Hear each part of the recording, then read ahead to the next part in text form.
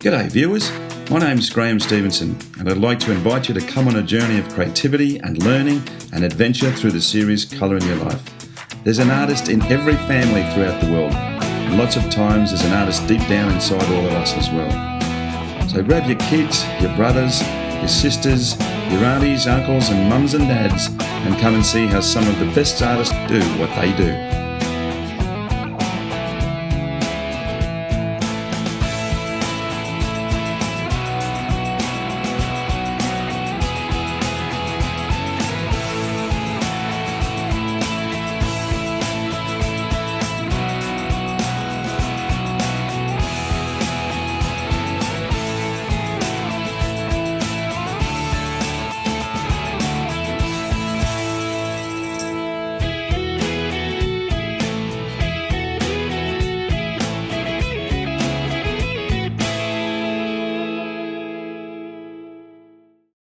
Well, g'day viewers and welcome back to Colour in Your Life. Well, as you can see, the fantastic and amazing Golden Gate Bridge in the wonderful city of San Francisco in the United States of America. We're over here filming some incredibly talented people and we're going to be crossing the country, meeting some extraordinary individuals, some really talented human beings, and you're going to see some amazing stuff. But we're here now and we're literally going to cross the country with this, but come along for the ride, you're going to have a great time.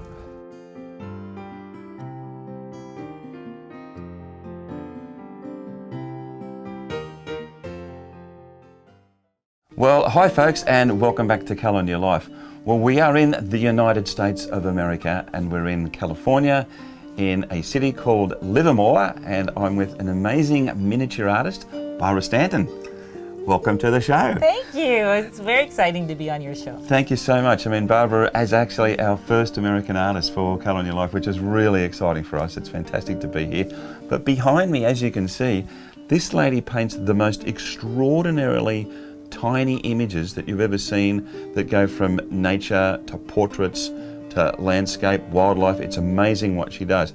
Now, a lot of your work was influenced quite a while ago by the fact that you became involved with doll houses. Tell me more about that. How did this all come about, the fact that you've got these miniatures and the doll houses? Is a combination somewhere, isn't it? Well, my best friend bought a kit, and it was like a plywood shell, and it sat in her living room, and it was driving me nuts when she wasn't finishing it, so I dragged her to the dollhouse shop, and that's when I discovered the miniature world and was blown away. That's fantastic. Yeah.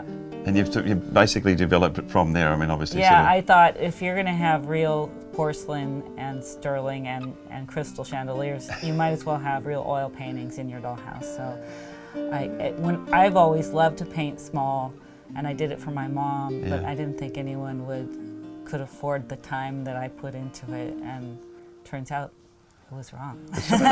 Some of these doll houses are outrageously expensive as well, aren't they? They are. They can be as much as a real house with all the things in them. It's incredible. You're a multi-award winning miniature artist as well. You're involved in probably just about every miniature society in the United States. And in England. And there you go. So and won some fantastic prizes all across the US in what she does. But today you're going to take us through a landscape, beautiful landscape.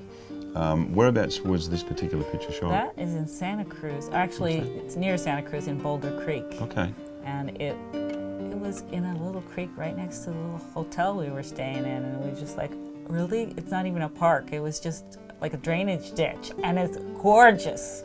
It's a fantastic shot, really, really pretty area. But Barbara does miniatures of miniatures. These little tiny paintings, they're so exquisitely detailed, and I was just having a look at them before through the magnifying glass, and you've got to see them to believe them. I mean, what to watch you today is going to be fascinating. But we'll get on to our picture of the Santa Cruz photo. This is going to be an amazing day, and come along for our first show in California with this amazing lady.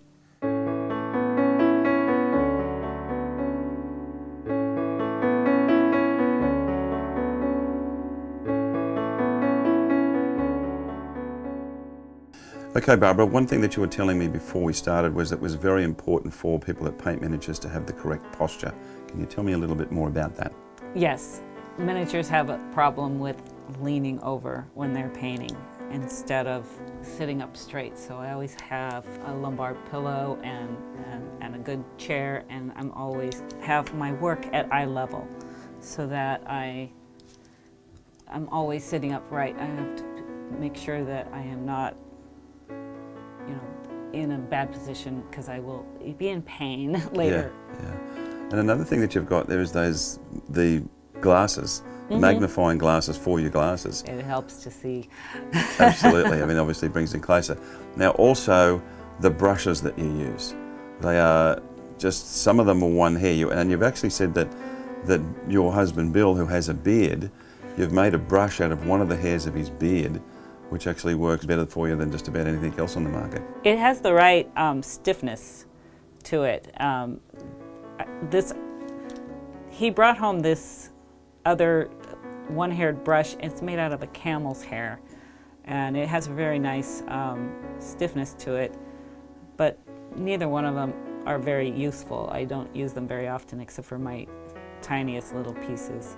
They're good for a little dot on the eye or something, but they don't hold very much paint.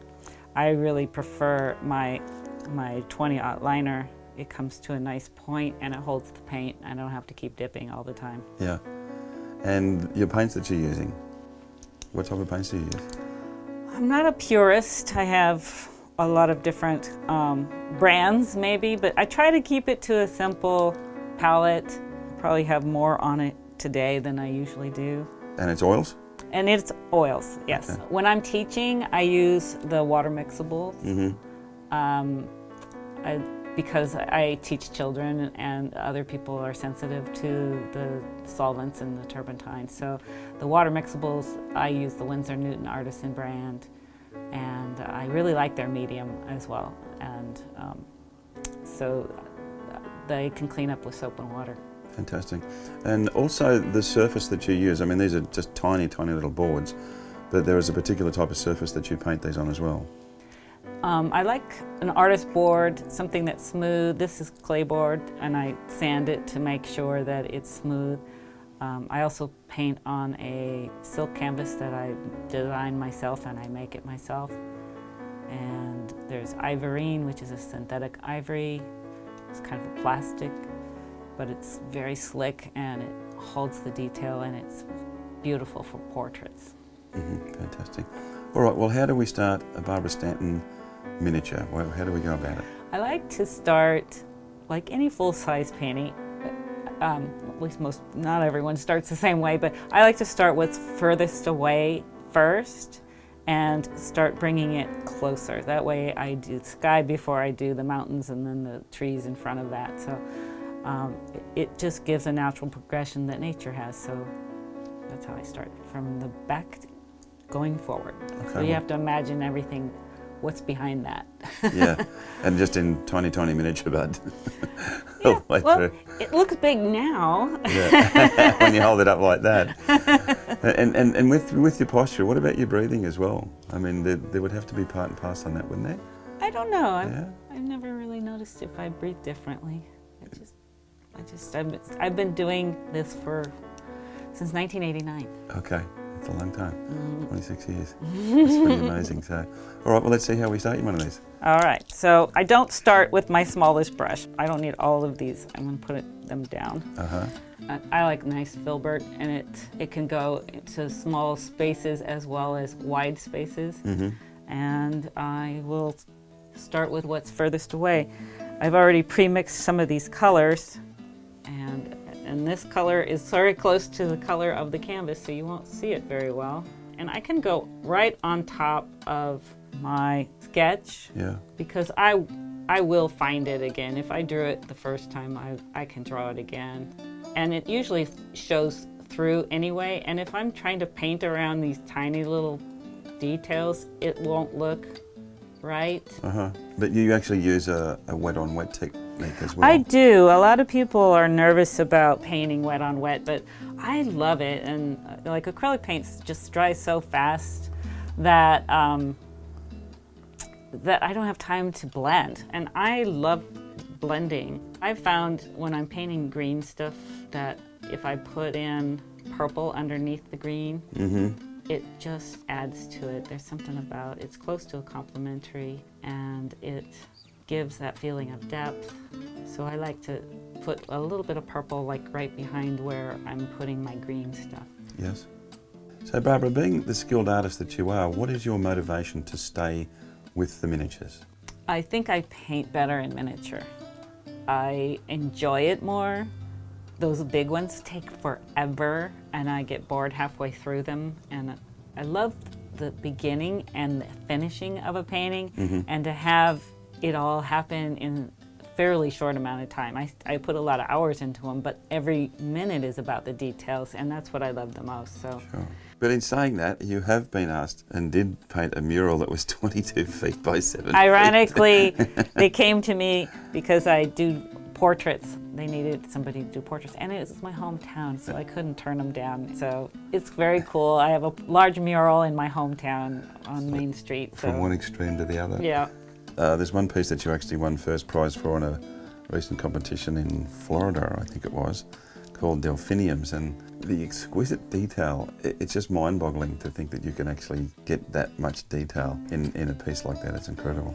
So I think the advantage of being a miniature artist is you can let one tube of paint last you for about a year. That's true. Although I do paint a lot, so I'm always having to buy another tube of white. Yeah.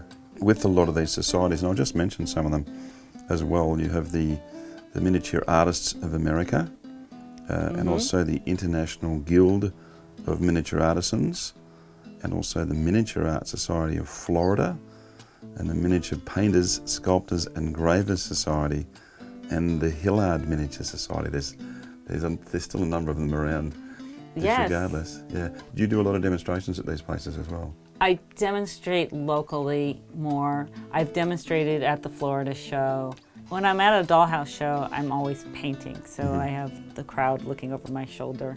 IGMA supports miniature artisans, and they have a school every year in Maine on how to make dollhouse stuff. And I was able to teach there. It was just so fun to be in with all these other crazy people who like little things. So if anybody is enjoying the miniature world, they have to go to that school. It is really, really fun. Fantastic.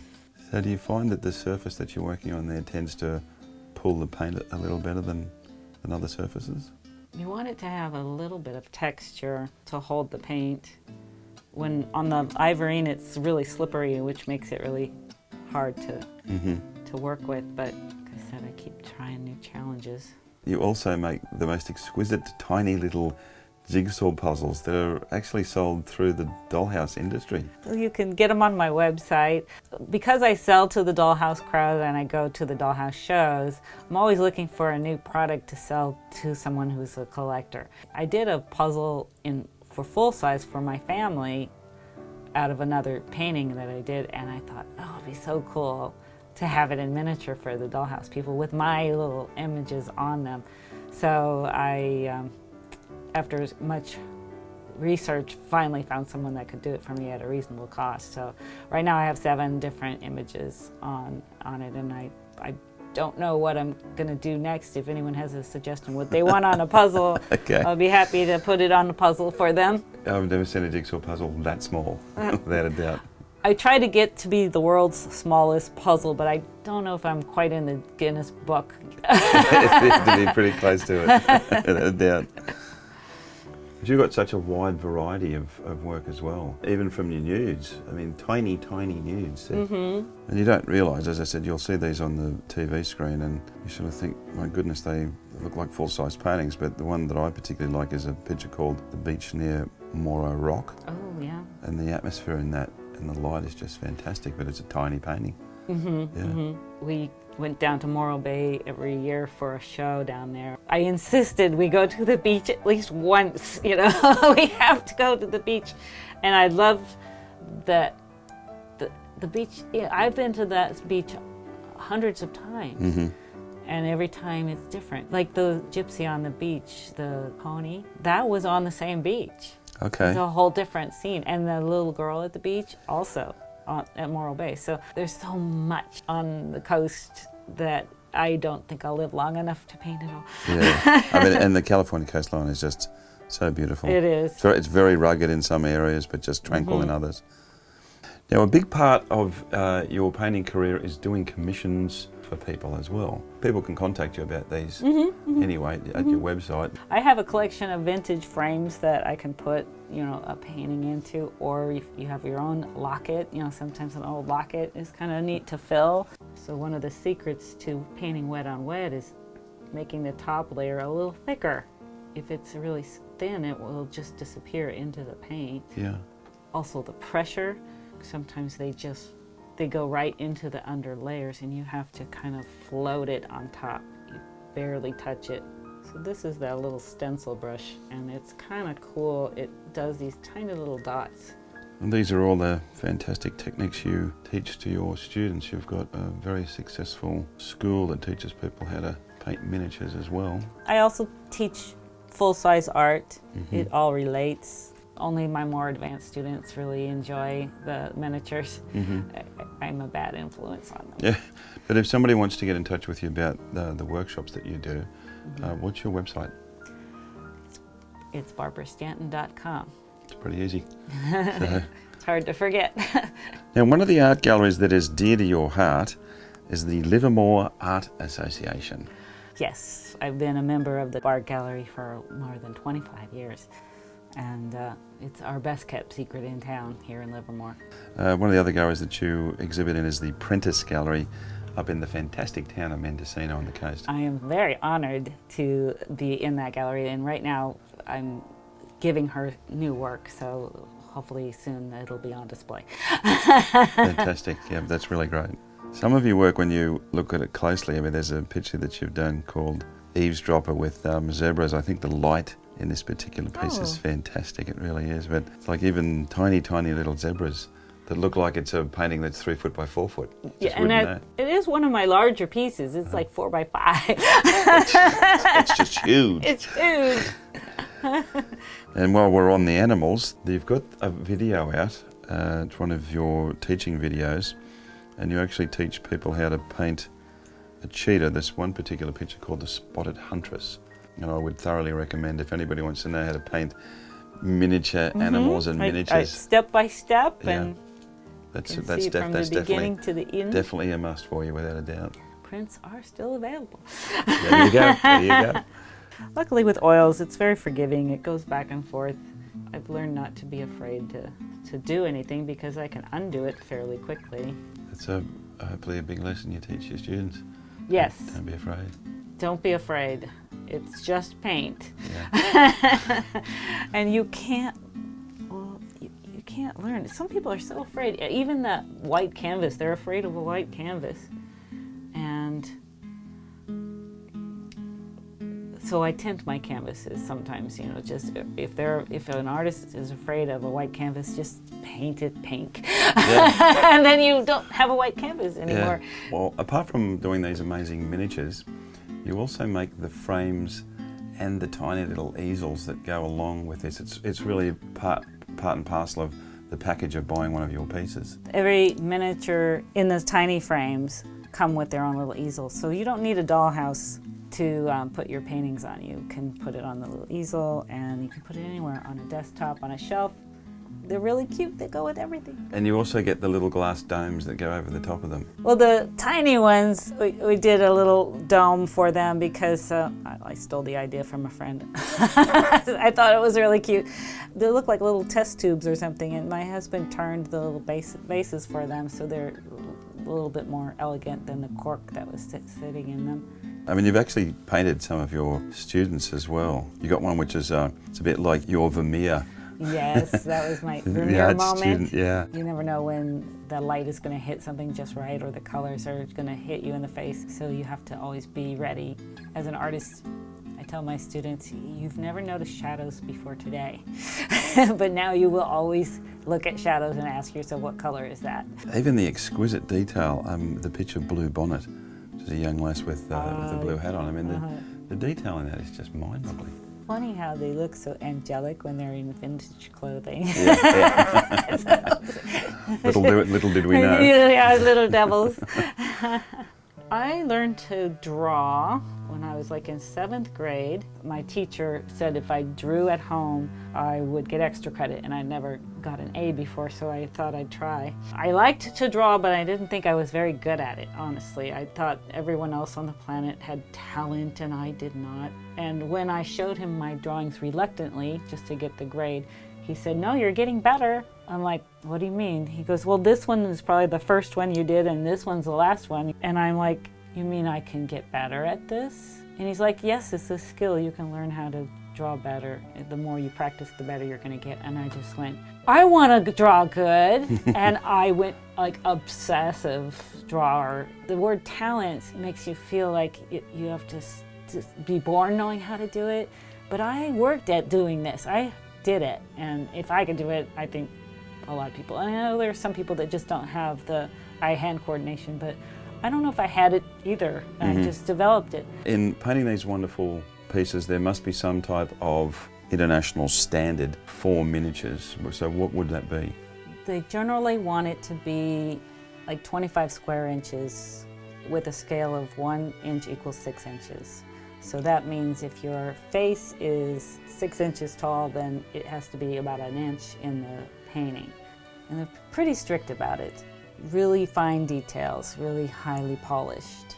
And to just go across the board, I mean, are there miniature pastelists? Are there Yes. miniature pastelists? Every single medium, you don't see a lot of abstracts in the miniature, because how are you going to relate that to the tiny scale? But there's occasional abstract painting that meets the criteria because it is a scale, small piece. You know? They want to show a high degree of skill and technical skill. It doesn't matter what style you use and what medium you use. It's a matter of intense detail and skill, and if it really is under scrutiny, under magnification, it still looks awesome. I would like to put in all these rocks, but it's going to take me a lot more time, so we're going to, by the magic of television, finish it. There you go, and by the magic of television, there it is. But it's fantastic, Barbara, it really is. It's an absolutely magnificent piece of work, and so exquisitely tiny, but so unbelievably detailed as well. Okay, fantastic day. Miniatures. I didn't realise you could get that much detail in the miniatures. That was amazing. Barbara? Thank you. Thank you so much. If people want to come along and see you and talk to you about your workshops, what's the website again? It's barbarastanton.com. That's an easy one, guys, because we're in the States. And come along and see us in Colour in Your Life, of course, colouryourlife.com.au. And come into the Facebook page and come into the YouTube site. Obviously, tens of thousands of people in there these days. But until we see you again in this great state of California, remember, guys, make sure you put some colour in your life. And we'll see you next time. Bye now. See ya.